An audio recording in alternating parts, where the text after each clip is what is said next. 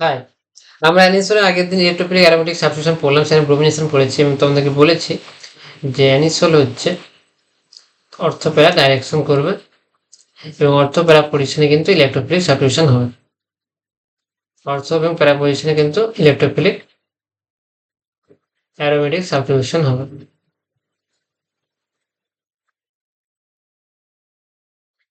এবং আজকে আমরা পড়বো ফিডেল ক্যাপ অ্যালকাইলেশন ফার্স্ট। তো আমরা ফিডেল ক্যাপ অ্যালকাইলেশন ভালো করে পড়েছিলাম তোমাদের হ্যালোজেনের চ্যাপ্টারতে, তোমরা চাইলে ভিডিও আরেকবার গিয়ে দেখতে পারো। তো এখানে কি করা হচ্ছে, CH3 Cl নেওয়া হয়, তার সাথে LCl3 যোগ করা হয়।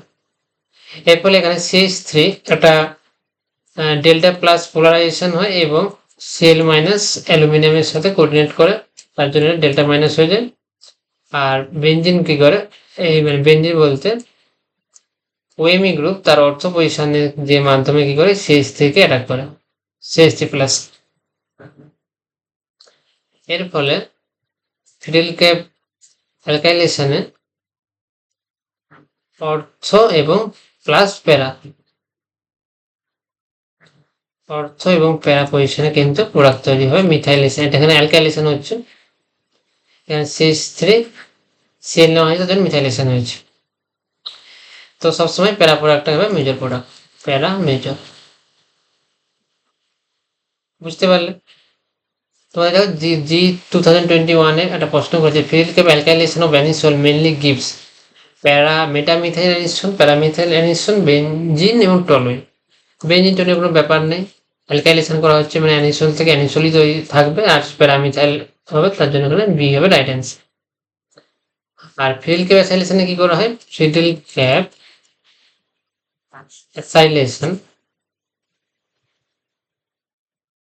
সেখানে কি করা হয়, অ্যাসিটাইল ক্লোরাইড নেওয়া হয়, অ্যাসাইল গ্রুপ, এটা হচ্ছে এই গ্রুপটাকে বলা হয় CH3CO গ্রুপকে বলা হয় অ্যাসাইল গ্রুপ। তো এখানে একই রকম ভাবে LCl3 সাথে রিয়াকশন করালে এটা ডেল্টা মাইনাস হয়ে যাবে, এখানে ডেল্টা প্লাস তৈরি হবে। তার ফলে কি এখানে অ্যাকচুয়ালি অ্যাসাইলিয়াম ক্যাটায়ন তৈরি হয়।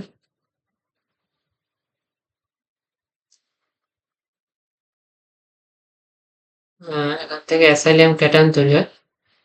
এরপর কি করে না, অ্যানিসোল এই অ্যাসাইলিয়াম ক্যাটায়নের সাথে রিয়াকশন করা হয়।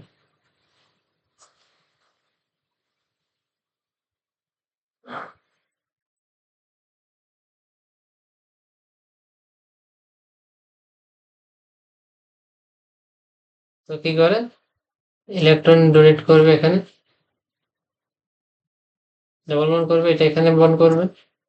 এই বন্ডটা আমি ঘুরে ঘুরে লিখছি যে অর্থ পজিশনে কিন্তু অ্যাটাক হবে, অথবা প্যারা পজিশনেও কিন্তু অ্যাটাক হতে পারে। তার ফলে আমরা যেটা পাবো OM প্লাস, আর এখানে কিন্তু আমি ধরলাম যে সরি আমি ধরলাম যে এখানে কার্বনের সাথে বন্ড তৈরি হলো CH3 গ্রুপ। এরপর এখান থেকে প্রোটনটা বেরিয়ে গিয়ে রি অ্যারোমেটাইজ বলে, কে বলে রি অ্যারোমেটাইজ, অ্যারোমেটিসিটি আবার রিগেইন করবে।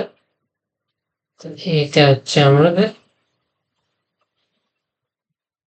অ্যানিসোলের ফিডেল ক্যাপ অ্যাসাইলেশন। এখানে আমরা অর্থটা তুমি দেখিয়েছি মেকানিজম, প্লাস প্যারাটাও তৈরি হবে।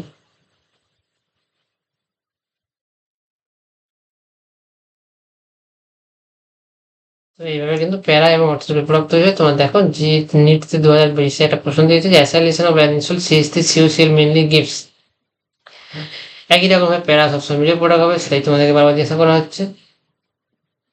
আর নাইট্রেশন দেবে, যদি তোমরা নাইট্রেশন করো তাহলে কিন্তু নাইট্রো, প্যারা নাইট্রোটাই মেজর প্রোডাক্ট হবে, প্যারা নাইট্রো অ্যানিসোল। নাইট্রিক অ্যাসিড H2SO পদ্ধতি যদি তোমরা নাইট্রেশন করো তাহলে কিন্তু প্যারা নাইট্রো অ্যানিসোলই মেজর প্রোডাক্ট হবে। অপশন বি হবে তোমাদের রাইট অ্যান্সার। বুঝতে পারছো, প্যারা নাইট্রো অ্যানিসোল হচ্ছে মেজর প্রোডাক্ট। তো এখানে শেষ আমাদের মোটামুটি অ্যালকোহল ফেনল ইথার চ্যাপ্টারটা। প্রতিটা লেকচারে তোমাদের বারবার রিভিশন করানো হয়েছে, একই জিনিস বারবার বোঝানো হয়েছে। তোমরা যদি ভালো করে নোট করে রাখো, আমি গ্যারান্টি দিয়ে তোমাদের বলে দিচ্ছি, তোমরা যদি ক্লাস 12-এ একটা একটা চ্যাপ্টার যেভাবে পড়ানো হচ্ছে যদি নোট করে রাখো, বিএসসি থেকে দেখবে তোমাদের প্রতিটা বিএসসিতে যে সেমিস্টার থাকবে, সেমিস্টার দেখবে গিয়ে সেমিস্টার অর্ধেক পড়া হয়ে গেছে, কারণ তোমরা অর্ধেক পড়া পড়ে এসছো, অর্ধেক পড়াশোনা তুমি করে এসছো 11-12-তে। তার জন্য তুমি এখন দেখবে বিএসসিতে গিয়ে দেখবে যে তোমার অর্ধেক সিলেবাস শেষ। তখন তুমি শুরু থেকে জ্যামের কোশ্চেন সলভ করতে পারবে, জ্যামের পিআইকিউ সলভ করতে পারবে এবং তুমি দেখবে ইজিলি সবকিছু বুঝতে পারছো।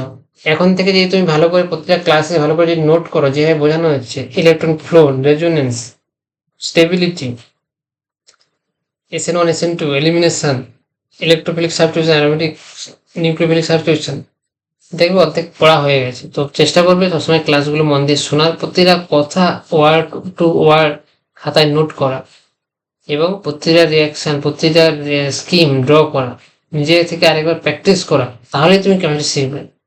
একটা সাবজেক্টে তুমি যত সময় ইনভেস্ট করবে সেই সাবজেক্ট তত তোমার স্ট্রং হবে, আর যদি সময় ইনভেস্ট না করো তাহলে আরও উইক থাকবে। আর বারবার বলছি তোমাদেরকে, কেমিস্ট্রি নিয়ে যদি তোমরা পড়াশোনা করো তাহলে আগামীতে তোমরা অনেক অপরচুনিটি পাবে। তোমাদেরকে সমস্ত ইনফরমেশন দেওয়া হয় যে কেমিস্ট্রি নিয়ে পড়াশোনা করলে তোমরা কত রকমের জব অপরচুনিটি পাবে, বিএসসি পরে, এমএসসি পরে এবং হায়ার স্টাডিজের ক্ষেত্রে। তো আশা করি তোমরা অনেকটা উপকৃত হচ্ছ এর মাধ্যমে। যারা রেগুলার ভিডিও দেখছো তারা তো খুবই সুন্দরভাবে তোমাদের গ্যারেন্টি দিয়ে খাতায় লিখে রাখতে পারো যে তোমরা জীবনে কিছু করতে পারবে।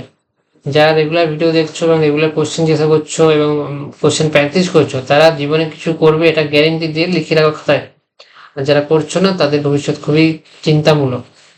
তো চেষ্টা করো যত জলদি তোমরা পড়াশোনা শুরু করতে পারো, পড়াশোনাতে মন বসাতে পারো। সোশ্যাল মিডিয়াতে থেকে কিচ্ছু হবে না।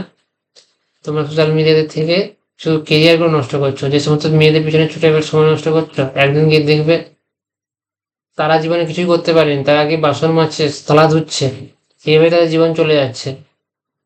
আর তোমরা তাদের পিছনে সময় নষ্ট করে করে তোমরাও বেকার হয়ে গেছো, তোমাদের অবস্থা খারাপ হয়ে গেছে, তোমরা কিছুই করতে পারোনি, কোনো কিছুই পেলে না। তো এখন থেকে বলছি, বারবার বলছি, অল্প বয়স, সঠিক সময় গাইডেন্সটা পাচ্ছ, সেটাকে কাজে লাগাও। তো আমরা এখানে শেষ করছি। কিছু এরপর কিছু কয়েকটা ভিডিও আমরা কোশ্চেন প্র্যাকটিস করাবো, আর কীভাবে কোশ্চেন সলভ করতে হয়, এমসিকিউ কীভাবে সলভ করতে হয় সেগুলোর উপর 2-3টে ক্লাস হতে পারে। তো আমরা দেখা করবো পরের ক্লাসে এমসিকিউ নিয়ে।